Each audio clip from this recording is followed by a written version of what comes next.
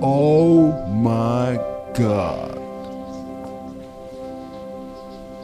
Michael Torres was not the kind of man people expected to save lives.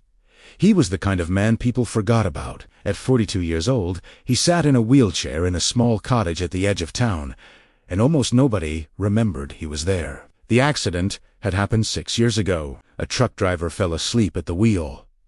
Michael lost his legs, and after the hospitals and the pain and the surgeries, Michael lost something else. He lost the idea that his life mattered. He spent most days alone. The television was always on. The radio played music from his younger days.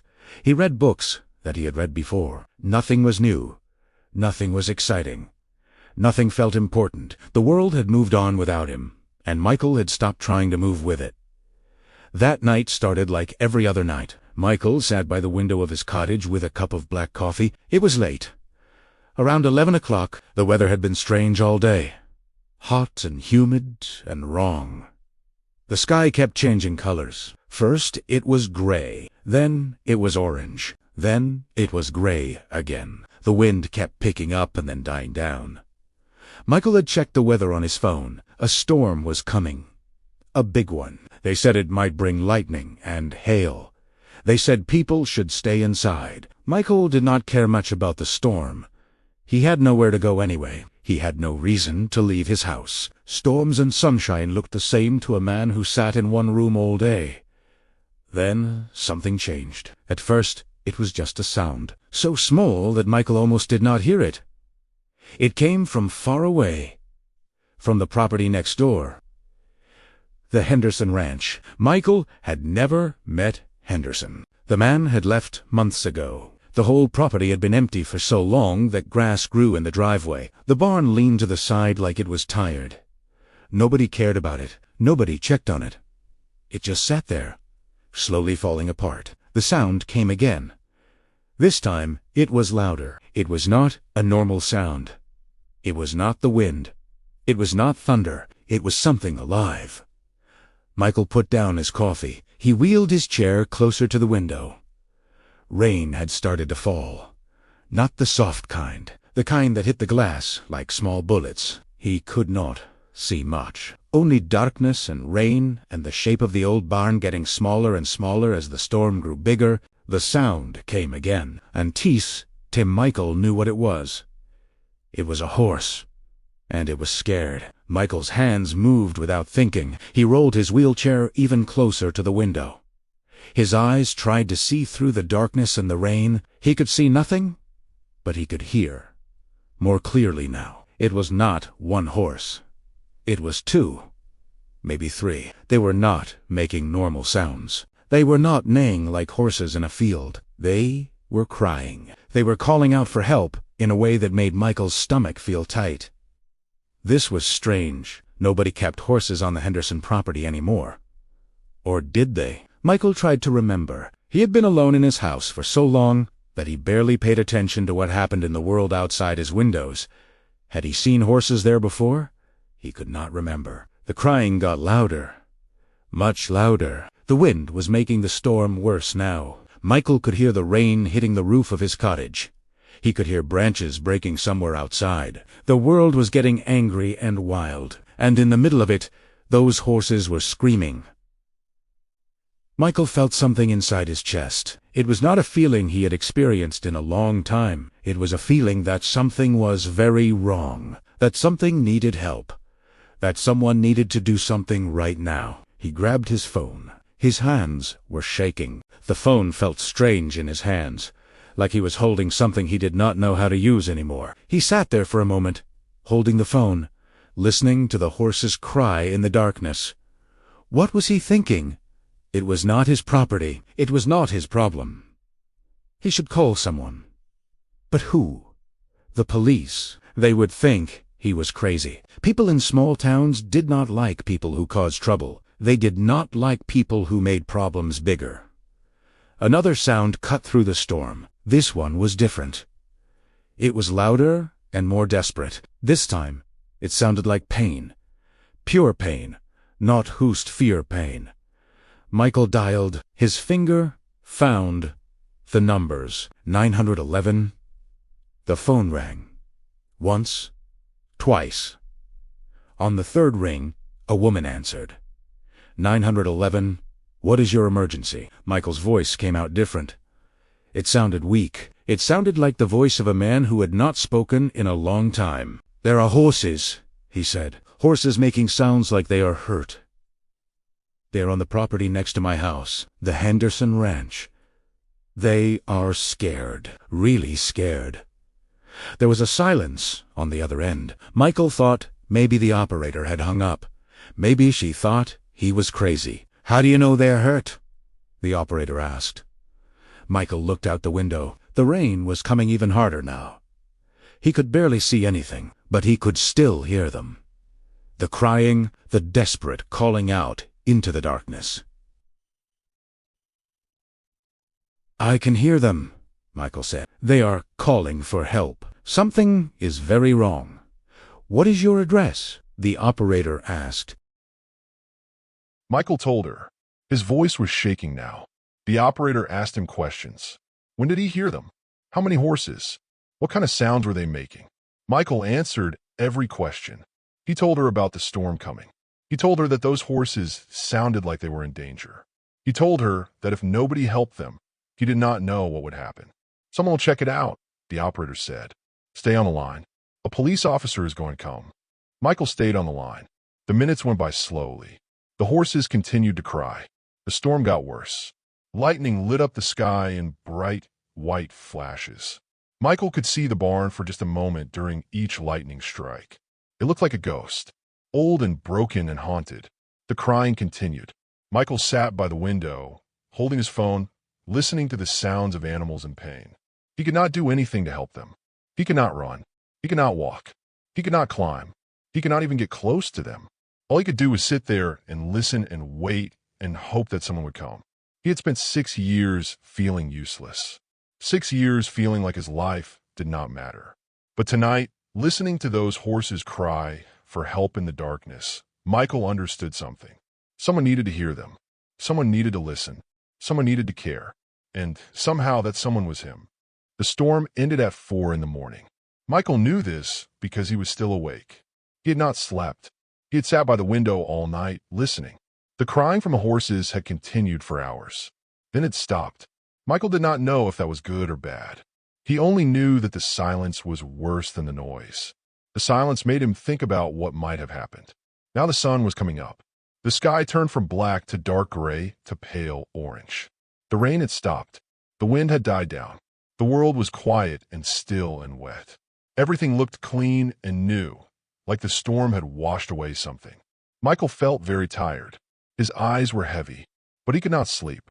He made coffee at 5 in the morning. The coffee maker made sounds that seemed too loud in the empty house. He drank the coffee black. It tasted bitter. He did not care. He was waiting for something. He did not know what.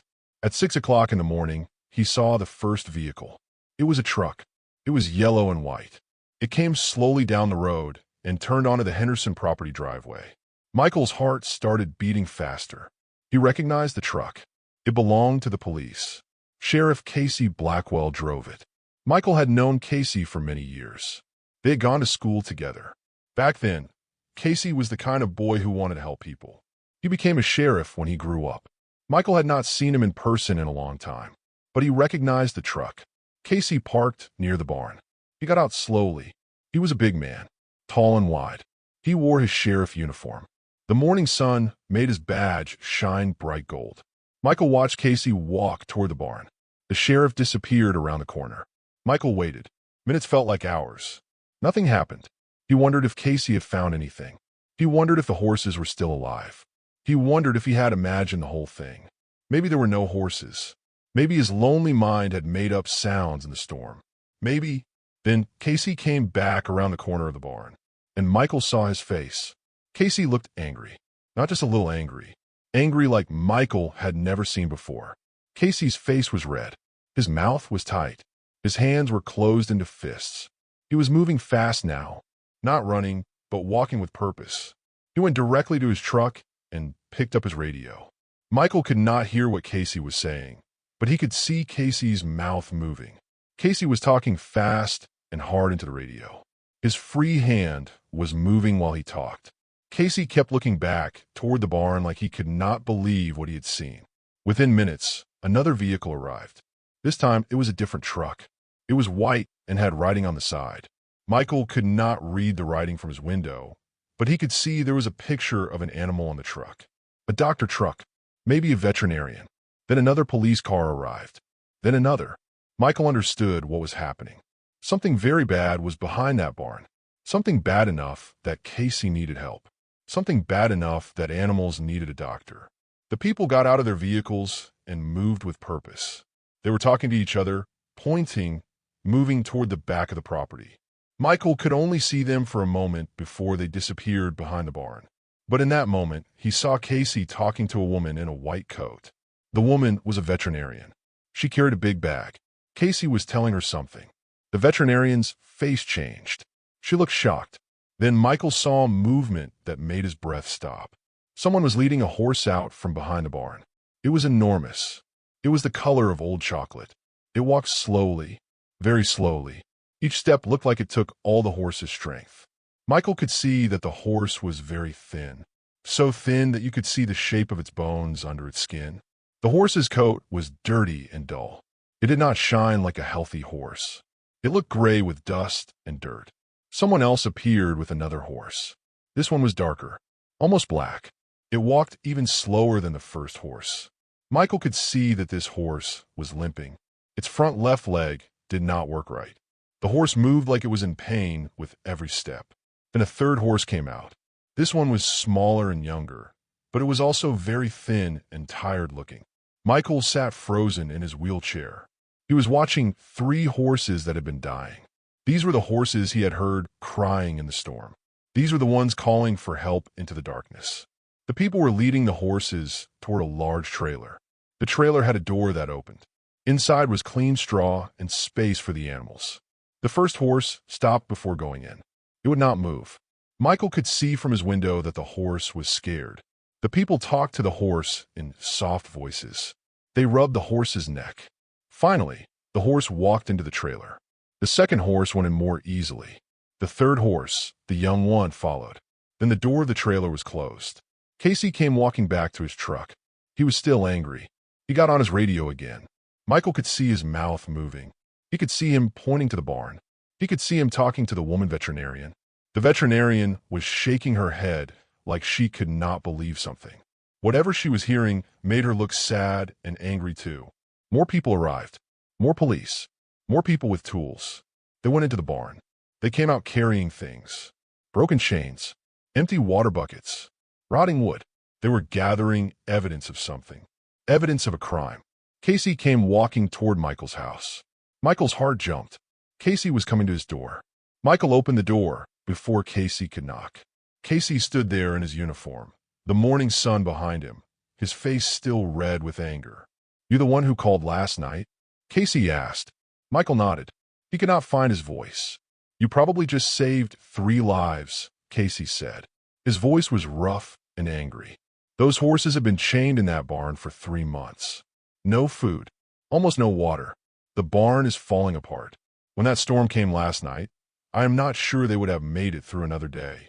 Another day, and you would have been calling about dead animals instead of live ones." Michael felt something in his chest. Something big. Something he could not name. "Where is Henderson?" Michael asked. His voice came out very small. "Gone," Casey said. "He left 6 weeks ago. Ran off owing money to half the county. Those horses belonged to a guy named Thompson.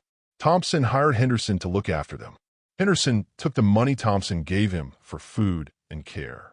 And then Henderson just left them to die. It is animal cruelty. It is abandonment. It is theft. When I find him, he is going to answer for everything." Casey looked at Michael for a long moment. Michael was in his wheelchair. Michael had no legs. Michael was the kind of person most people forgot about. But Casey was looking at him like he was someone important. "You did good," Casey said. "You heard something nobody else heard. You did something about it. That takes courage. That takes caring. Most people would have just turned up their radio and try not to think about it. You did not do that. You called. And because you called, those horses are alive." After Casey left, Michael sat by his window for a long time. He watched as the veterinarian's truck pulled away with the 3 horses inside.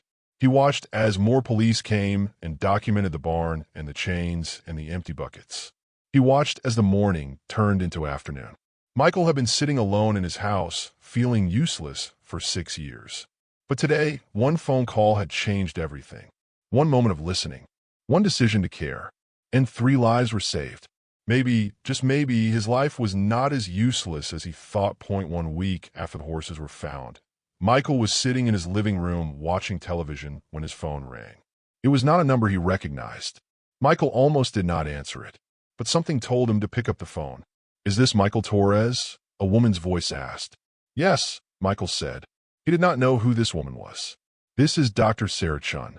I am a veterinarian who is caring for the 3 horses from the Henderson property. Sheriff Blackwell gave me your number. I wanted to call you myself, and thank you." Michael did not know what to say. He had not expected anyone to call him. He had not expected to be important enough to thank.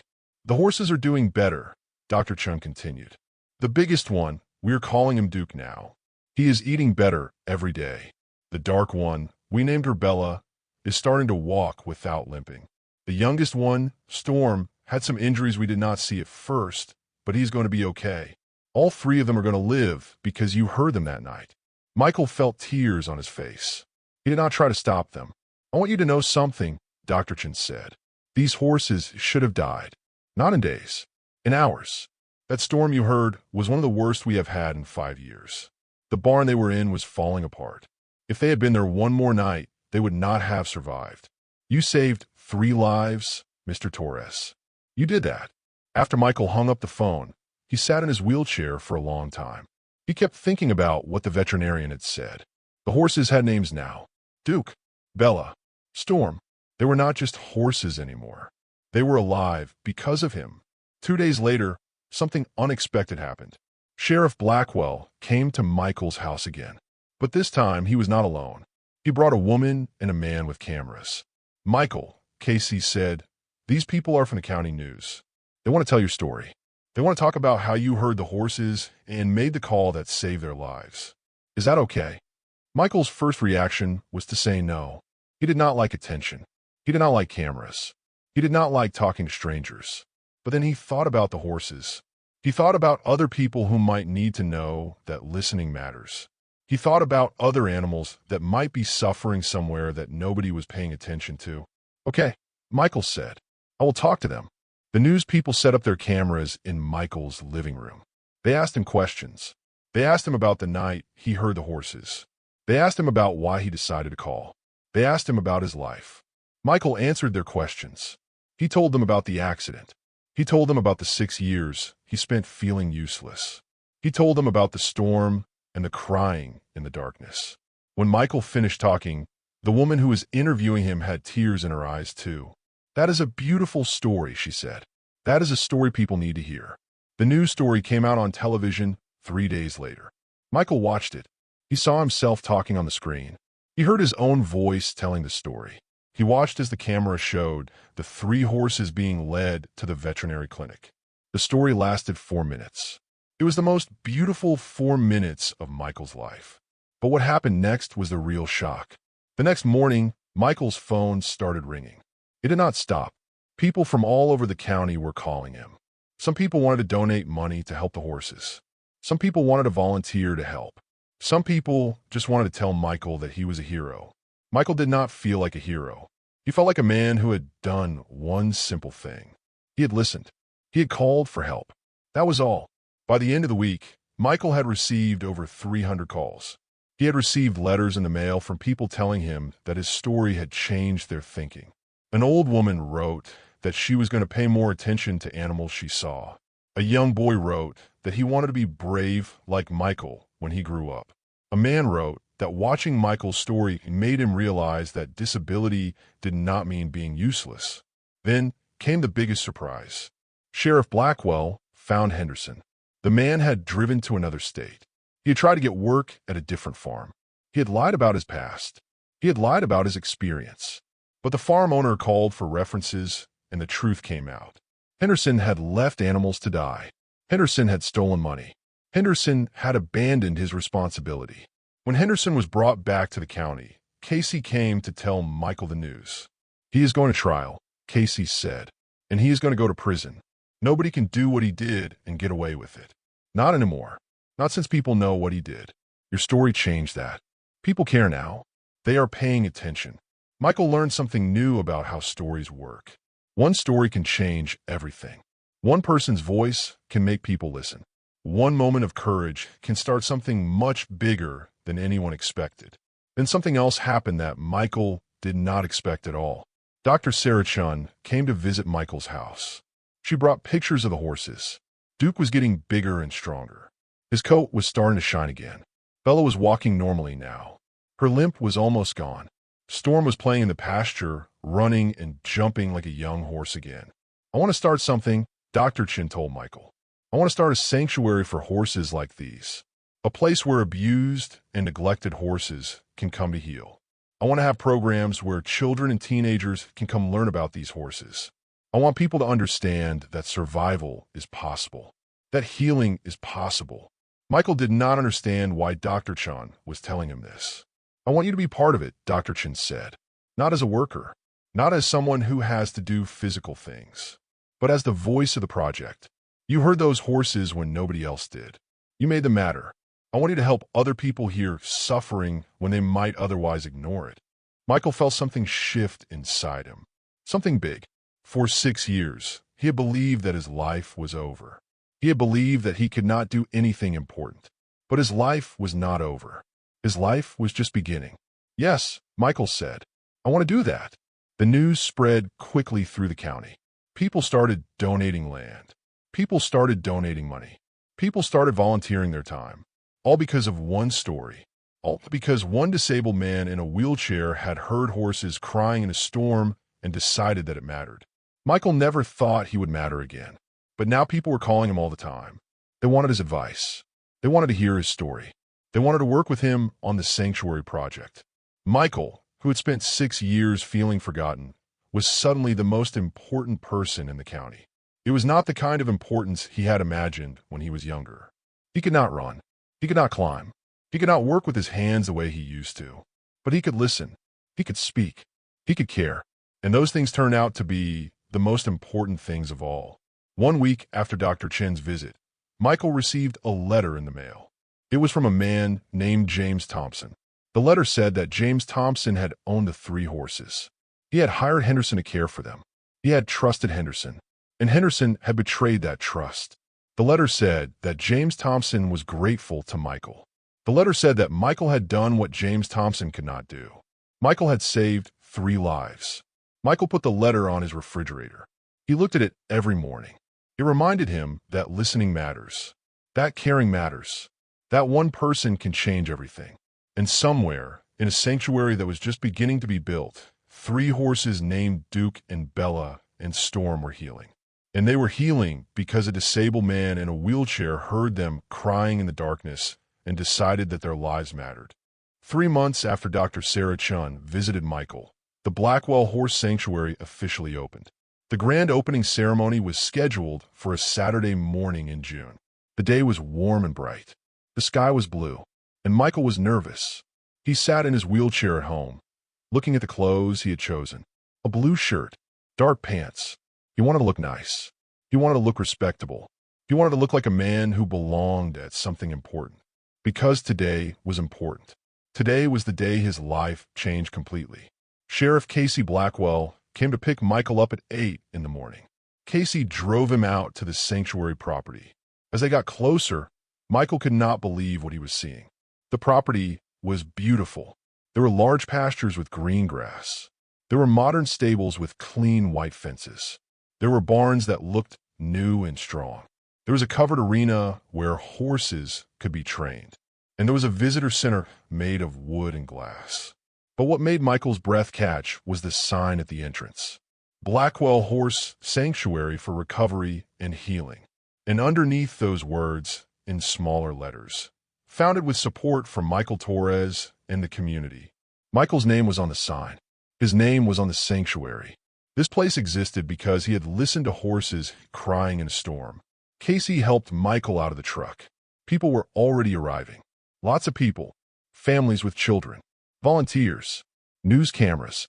Dr. Sarah Chun stood near the entrance, wearing a red dress, smiling bigger than Michael had ever seen her smile. "Michael," Dr. Chun called out. She came over and hugged him. "I am so glad you are here. Are you ready?" Michael was not sure if he was ready, but he nodded anyway. The ceremony lasted 1 hour. There was a ribbon to cut. There were speeches. Sheriff Blackwell talked about animal cruelty and justice. Dr. Chun talked about healing and second chances. Then it was Michael's turn to speak. Michael had never been good at public speaking. His hands shook as he wheeled himself to the microphone. The crowd became quiet. Everyone was looking at him. A disabled man in a wheelchair. A man who had been forgotten. A man who had made a difference. "I do not know what to say," Michael started. His voice was quiet. "6 months ago, I thought my life was over. I thought I did not matter. I thought I was useless. But one night I heard something. I heard horses calling for help. And I listened. That is all I did. I listened. And I made one phone call." Michael paused. He could see tears on the faces of people in the crowd. That one phone call saved 3 lives. Those 3 horses are here with us today. Duke and Bella and Storm. They are alive because someone listened. Because someone cared. This sanctuary is here because we all decided that listening matters. That caring matters. That one person can change everything. When Michael finished speaking, the entire crowd stood up and clapped. Michael had never experienced anything like it. The clapping went on and on. Michael felt tears on his face. He did not try to stop them. After the ceremony, people wanted to see the horses. Dr. Chun led everyone to the pastures where Duke, Bella, and Storm lived. The horses were healthy now. Really healthy. Their coats shined. Their eyes were bright. They moved with energy and strength. Looking at them, you would never know they had almost died. Duke came over to the fence where Michael was sitting. The big horse put his nose down. Michael reached out and touched that nose. The horse was warm and alive and real. "He remembers you," Dr. Chin said softly. "I think he knows you saved him." Then something unexpected happened that made everyone stop and stare. A young boy, maybe 8 years old, ran over to where Michael was sitting. The boy's mother tried to stop him, but the boy was too fast. He stopped right next to Michael's wheelchair. "Did you really save the horses?" the boy asked. "I helped," Michael said, "but many people helped. My teacher told us about you," the boy said. "She said you heard something that nobody else heard. She said that makes you special. She said that even though you were in a wheelchair, you did something more important than running or jumping or any of that stuff. She said you used your brain and your heart." Michael did not know what to say. The boy's mother came over to apologize for her son running away. But Michael told her it was okay. More children came over after that. They wanted to touch the horses. They wanted to hear Michael's story. They wanted to know how someone in a wheelchair could save animals. Michael spent the entire afternoon talking to children. He told them about the storm. He told them about hearing the horses. He told them about making the phone call. He told them that being disabled did not mean being useless. It meant being different, and different was okay. When the sun started going down, Dr. Chun invited Michael into the visitor center. Inside was an office. On the desk was a nameplate. It said, "Michael Torres, Community Advocate." "This is your office," Dr. Chun said. "You will work here 2 days a week. You will talk to visitors. You will tell your story. You will help children understand what happened here. You will show them that disabled people can do important things. Is that okay?" Michael looked at the office. He looked at his nameplate. He looked at Dr. Chun. He could not believe this was real. "Yes," Michael said. "Yes, that is more than okay." Over the next few weeks, Michael settled into his new routine. He went to the sanctuary 2 days a week. He sat in his office. He talked to families who came to visit. He told his story over and over. And each time he told it, he saw something change in people's eyes. He saw them start to understand something important. He saw them realize that listening matters, that caring matters, that one person can make a difference. One afternoon, a girl came into his office. She was maybe 11 years old. She was wearing a long-sleeved shirt, even though it was hot outside. Her mother stood behind her, looking worried. "This is Emma," the mother said. "She wants to hear your story. She wants to know about the horses." Michael looked at Emma. Something in her eyes seemed familiar. Something broken and sad and searching. "Sit down," Michael said. I have a story to tell you." As Michael talked, Emma listened. She did not say anything. She just listened. And when Michael finished, Emma asked only one question. "Can I come back? Can I come back here a lot?" Michael smiled. He understood exactly what Emma needed. She needed the same thing Michael had needed. She needed to know that she was not alone. She needed to know that broken people could still matter. She needed the horses, and she needed him. "You can come every day if you want to," Michael said. Emma's face changed. For the first time, she smiled. It was a small smile, but it was real. Michael realized in that moment that the sanctuary was not just about horses anymore. It was about people too. It was about broken people learning that they could heal. It was about forgotten people learning that they mattered. And it had all started with one phone call, one moment of listening, one disabled man who decided to care. Emma came to the sanctuary every day for 3 months. Every single day. Her mother dropped her off in the morning, and Michael watched as a quiet, broken girl walked through the doors wearing long sleeves, even in the summer heat. Michael did not ask Emma questions. He did not try to make her talk. He simply sat with her. They would walk around the sanctuary together. Michael in his wheelchair, Emma walking slowly beside him. They would watch the horses. Sometimes Emma would pet them. Sometimes she would just watch. One afternoon, Emma asked Michael a question. "Why are you here?" she asked. "Why do you come here every day?" Michael thought about how to explain it in a way Emma would understand. "Because I needed a reason to matter," Michael said. "For a long time, I thought I did not matter. I thought my life was finished. But then I heard horses crying, and I helped them. And that helped me understand that I still mattered, that I still had a purpose." Emma was quiet for a long time. Then she asked another question. "Do you think I matter?" Michael's heart broke a little bit when she asked that. He understood what it meant. Emma did not think she mattered. Emma thought she was broken and useless and unimportant. "Yes," Michael said. "I think you matter very much. I think you're brave. I think you're kind. I think you're special." Emma did not believe him. Michael could see it in her eyes. But she did not argue. By the 4th month, something started to change. Emma began to spend more time with the horses. She started grooming them. She would bring brushes and carefully, gently brush Duke's coat. She would talk to Bella while she brushed. She would stand quietly next to Storm and just be with him. One day, Michael noticed something. Emma was not wearing long sleeves anymore. She was wearing a short-sleeved shirt. And on her arm, where the long sleeves used to hide everything, Michael could see scars. Long scars. Deep scars. The kind of scars that came from someone hurting you. The kind of scars that came from pain that was not your fault. Emma caught Michael looking. She stopped moving. She looked scared. "It is okay," Michael said softly. "You do not have to hide anymore. People will see," Emma whispered. "People will think I am broken."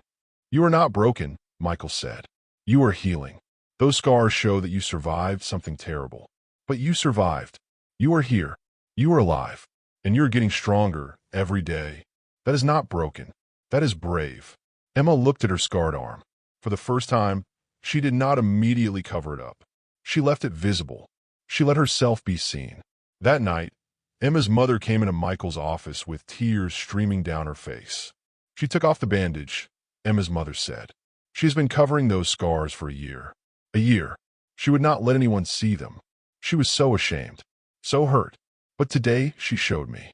She said that the horses have scars too. She said that Storm almost died, but he is here and he is beautiful. She said if Storm can show his scars and be okay, then she can too. Michael felt tears on his own face. He understood what had happened. Emma had learned from the horses. She had seen that survival was possible. She had seen that scars did not make you less beautiful. She had seen that broken things could still matter. Over the next 2 months, Emma continued to heal. She started talking more. She started laughing. Real laughs. Not the small, careful laughs she used to make. Real, big, happy laughs. She made friends with other children who came to the sanctuary. She started helping Michael talk to visitors. Then came the day that changed everything. A group of teenagers arrived at the sanctuary. They were from a school for kids with disabilities. Some were in wheelchairs, like Michael. Some had other conditions. Some had mental health challenges. They looked scared and uncertain. They looked like they did not think they mattered. Emma walked up to them. "Come with me," she said. I want to show you something. Emma led them to where Michael was sitting with Duke. She introduced them to Michael. She told him his story. She did not read from paper. She told it from her heart. She told them about the man who herd horses in a storm. She told them about the man who was in a wheelchair who saved lives. She told them about how one person can change everything. The teenagers listened. Some of them cried. When Emma finished her story, one girl in a wheelchair raised her hand. Did you feel useless? The girl asked Michael. Before you saved the horses? Did you think your life was over? Every single day, Michael said, I thought I was finished. I thought I had nothing left to give. I thought disabled people like us could not do important things. But you were wrong, the girl said. Yes, Michael said. I was very wrong. That afternoon, something magical happened. Michael watched as Emma and the teenagers moved around the sanctuary together. They petted the horses. They talked about survival. They talked about healing. And most importantly, they talked about matching. One boy, who had not spoken since arriving, asked to pet Storm. Emma helped him, and when his hand touched the horse, he started to cry. He is beautiful, the boy said, even with all his scars. He is beautiful. Yes, Emma said, and so are you. As the afternoon sun started going down, Michael sat in his wheelchair and watched Emma with all those broken teenagers. She was teaching them. She was showing them that survival was possible. She was showing them that their lives mattered. And Michael realized something profound. The story had come full circle. Michael had heard horses in the darkness and saved their lives. The horses had saved Michael's life by giving him purpose. And now Michael and the horses were saving Emma's life by showing her that she mattered. And Emma was now saving other broken children by showing them that they mattered too. That evening, Emma came and sat with Michael. They watched the horses grazing in the pasture. Duke, Bella, and Storm were peaceful and strong and beautiful. Thank you, Emma said. For what? Michael asked. For listening, Emma said. For hearing. For caring. For showing me that broken people can still be important. Michael reached over and held Emma's hand. Her arm with the scars was visible now. No more hiding. No more shame. Thank you for letting me help, Michael said. You saved me as much as I saved you. That night, as Michael sat in his home, he thought about everything that had happened. One man, one storm, one phone call, and it had changed everything. The horses were alive. The sanctuary existed. Emma was healing. Broken teenagers were learning that they mattered. The whole county had learned that listening was important, that caring was important, that disabled people could do important things. And somewhere in the pasture at the Blackwell Horse Sanctuary, 3 horses named Duke and Bella and Storm stood together, their scars showing, their survival proof that healing was possible. Michael looked at his hands, the hands that used to build things, the hands that used to run, the hands that used to do so many things. Now those hands held stories. They held hope. They held healing. And that was enough. That was more than enough. That was everything.